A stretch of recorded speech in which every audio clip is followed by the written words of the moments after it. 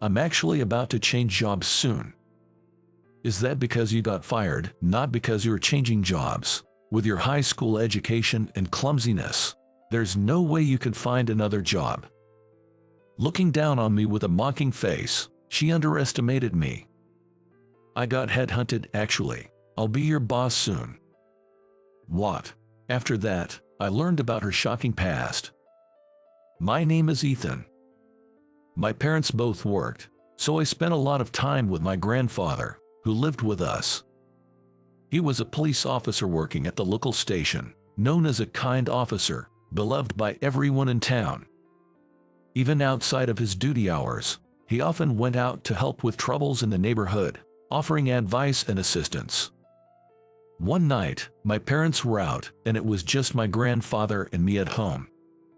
Suddenly, we received a call from the owner of the nearby diner. "There's a customer here who can't pay. It's a woman with a child. I'm not sure what to do." "Understood. I'll be there right away." Since he couldn't leave me, a young child, alone at home, my grandfather carried me on his back and rushed to the diner. The woman who couldn't pay was sitting there dejectedly with her young daughter. The girl, not understanding the situation, looked frightened and tearful. The woman pleaded to my grandfather. "It's not a dine and dash. I had my wallet just a moment ago. I must have dropped it somewhere." My grandfather, a seasoned police officer, instantly recognized that the woman was not a bad person and said to the shop owner, "If she lost her wallet, it can't be helped. I'll cover the cost for now." He paid the bill and took the woman and her daughter out of the shop. After getting their names and addresses, he let them go. That night, my grandfather and I, with me still on his back, searched for the woman's lost wallet. We finally found it at dawn and delivered it to the woman's home. Although I was young, being carried on his back, I could feel my grandfather's kindness. I understood why he was known as a kind officer, beloved by everyone in town. "Grandpa, when I grow up, I want to be a police officer too." When I said this, my grandfather smiled and said, "Ethan, I don't help people because I'm a police officer. I do it because I can't ignore people in trouble." "Really? So, if you see someone in trouble, help them out. Good things will come your way eventually." "Okay, I understand." My grandfather was my pride. Throughout elementary and middle school, I followed his advice, helping students in trouble, regardless of whether they were older or younger. Some students talked behind my back, calling me a phony and saying they didn't like me. But I didn't let it bother me. However, when I saw one of them bullying a younger student, I couldn't ignore it and confronted him. "Here comes Mr. Goody Two-Shoes again. This is none of your business. Back off. Don't do things that hurt others." Angered, he suddenly attacked me, and we ended up in a scuffle. In my passionate defense, we ended up in a scuffle. Eventually, we both collapsed, exhausted, but then he suddenly burst out laughing, and I found myself laughing too. "I thought you were just a goody two-shoes, but you're pretty tough. I've changed my mind about you." "You too." That's how we became friends. Just as my grandfather said, doing good deeds leads to good things. That's what I thought at the time. But in high school, there was one student who targeted me, causing trouble. It wasn't a boy, but a girl, and I was at a loss on how to handle her. Her name was Olivia. She was smart, always topping the class, charming in looks, and popular among both boys and girls. Yet, for some reason, Olivia always had a cold and disdainful attitude towards me alone. I was also a good student, so Olivia and I were chosen as class representatives together. As the cultural festival approached, the workload for class representatives was heavy. Our class decided to set up a pancake stall, with the girls handling the preparation and cooking of ingredients, and the boys building the stall. On the day before the festival, the stall was completed. It was a rush job, but we managed to create a pretty decent stall. "What's this? This stall looks terrible." "What do you mean? All the boys worked hard on it. It's because you as the class rep are useless. That's why we ended up with this odd stall. Redo it by tomorrow. Tomorrow? That's impossible. Then our class will have to cancel its participation in the festival. It's your responsibility, Ethan. Reluctantly, I stayed up all night alone to redo the stall. For some reason, Olivia always turned her face away whenever she saw me. She would even click her tongue intentionally. At first, she just showed her disdain through her attitude, but as graduation approached, she began to openly glare at me. On the day of the graduation ceremony, it was raining. Thinking how unlucky it was for such an important day, I headed to school and saw Olivia walking in the rain, apparently having forgotten her umbrella. Despite the unpleasant experiences she had caused me, following my grandfather's teaching to help those in trouble, I approached Olivia and said, "You'll get soaked on this important day of our graduation." I offered her my umbrella. Then Olivia glared at me fiercely and snapped, "Don't act like a stalker." "Stalker? What are you talking about? I'm just offering you an umbrella so you don't get wet. I didn't ask for your help. Stay away from me." She suddenly shoved me. I slipped and landed right in a puddle formed by the rain. So, I ended up attending the graduation ceremony completely drenched. Trying to help someone, but ending up in a worse situation myself, I muttered to myself. Grandpa said doing good deeds brings good things, but sometimes it doesn't work out.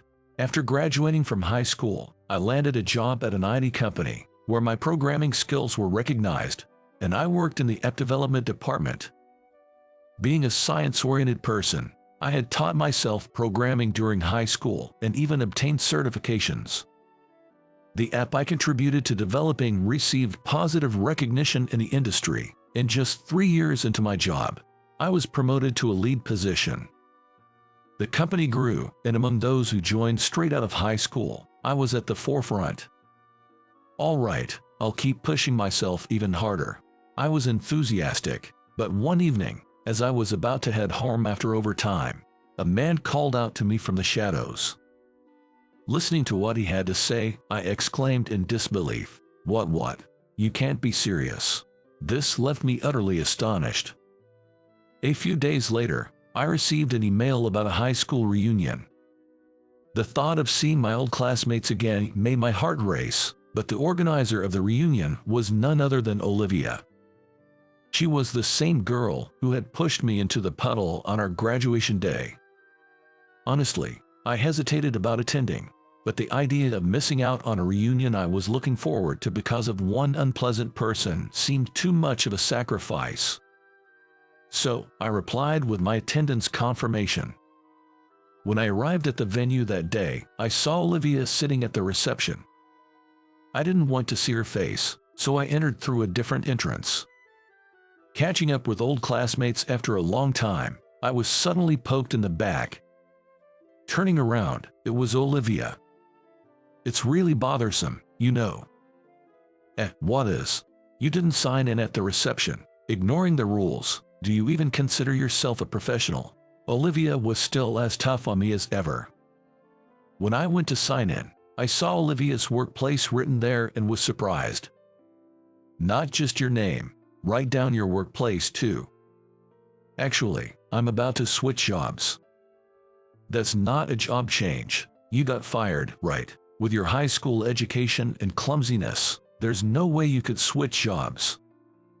I called Olivia back as she was about to return to the reception with a mocking look, and said, "I'm being headhunted actually. I'll be your boss soon." Olivia was visibly shocked. I patted Olivia on the shoulder and left the venue. The man who appeared from the shadows after I worked overtime was a professional scout from a staffing agency. He had noticed my skills that contributed to the rapid growth of the IT company and offered me a headhunting opportunity. And the company he proposed for my new job was the one where Olivia worked. I switched to a major telecommunications equipment manufacturer, where a position as head of the development department was prepared for me. Although I was the youngest in management, it was also a testament to the high expectations of the company. Olivia was assigned as a project leader, making her a direct subordinate to me. Olivia couldn't honestly accept this fact, and couldn't resort to the same kind of harassment as in high school. She avoided eye contact and didn't speak to me. "Olivia, how long will it take to fix the project? Don't call me by my name." "Oh, right. We were high school classmates, so sorry." Even at work, Olivia was seen as a Madonna figure, but she remained cold only to me. She must have not found it amusing that I, whom she looked down upon, suddenly arrived and became her boss. I tried to talk to Olivia as little as possible. Once I got accustomed to the new workplace, a female employee invited me out for lunch. She was cheerful, so I readily accepted. "I heard you're knowledgeable in programming. Could you advise me on how to study?" "Well, I self-taught, but attending night school is the best way. If you decide to study, I'll change your work shift for you." "Thank you." The purpose of the female colleague inviting me to lunch was that consultation. But I was happy that she was proactive about wanting to learn programming.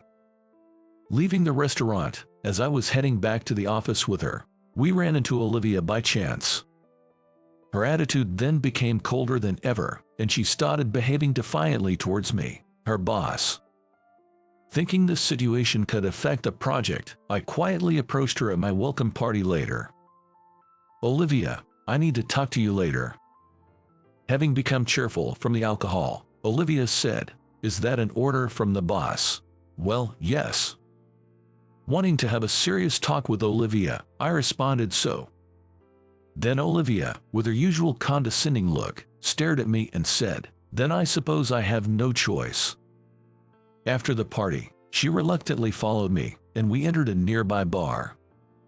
I intended to talk about the project's progress, but as the alcohol flowed, I vented my frustrations about Olivia's cold attitude towards me since high school. I was taught by my grandpa to help those in trouble, and in elementary and middle school, everyone liked me, but in high school, for some reason, you were the only one who looked down on me and harassed me. Why, what about me didn't you like? Olivia, who had been silently listening to my complaints, looked at me determinedly and said, I liked you, Ethan." Yeah. For a moment, my mind went blank. I really liked you, so when I saw you talking with other girls, I couldn't stand it, and that's why I acted that way. You, really? After doing something so terrible on the day of our graduation ceremony, I thought we could never be friends again and gave up. But working together again, I realized I still like you. Look at the time. Sorry, but let's call it a night for now. Thrown off by Olivia's unexpected confession, I hurriedly left the bar. According to Olivia's confession, it seems we both attended the same kindergarten. At that time, Olivia was being harassed by other boys, and I helped her. For me, taught by my grandfather to help others, it was a normal thing to do, but it seemed surprising to Olivia.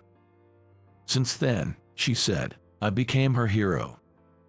When I got home from the bar and told my grandfather, he asked, "What's the name of this woman?" "It's Olivia Parker." "Olivia, I see. It must be the same girl from back then." In fact, my grandfather once rushed to a diner on a report of a dine and dash, and the woman who had lost her wallet was named Parker. The girl with her was Olivia. Feeling a sense of destiny from this unexpected encounter, I decided to honestly accept Olivia's confession. Deep down, I had always harbored feelings for Olivia, who was like the Madonna of our school. The next day, I confessed to Olivia as well. Olivia nodded with a happy smile. It was the first time I saw her smile. I thought she was incredibly beautiful.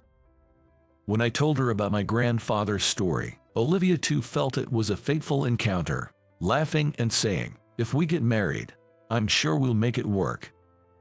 I vowed to make Olivia happy. And I realized my grandfather's teaching was indeed correct. Helping others will surely bring good things in return.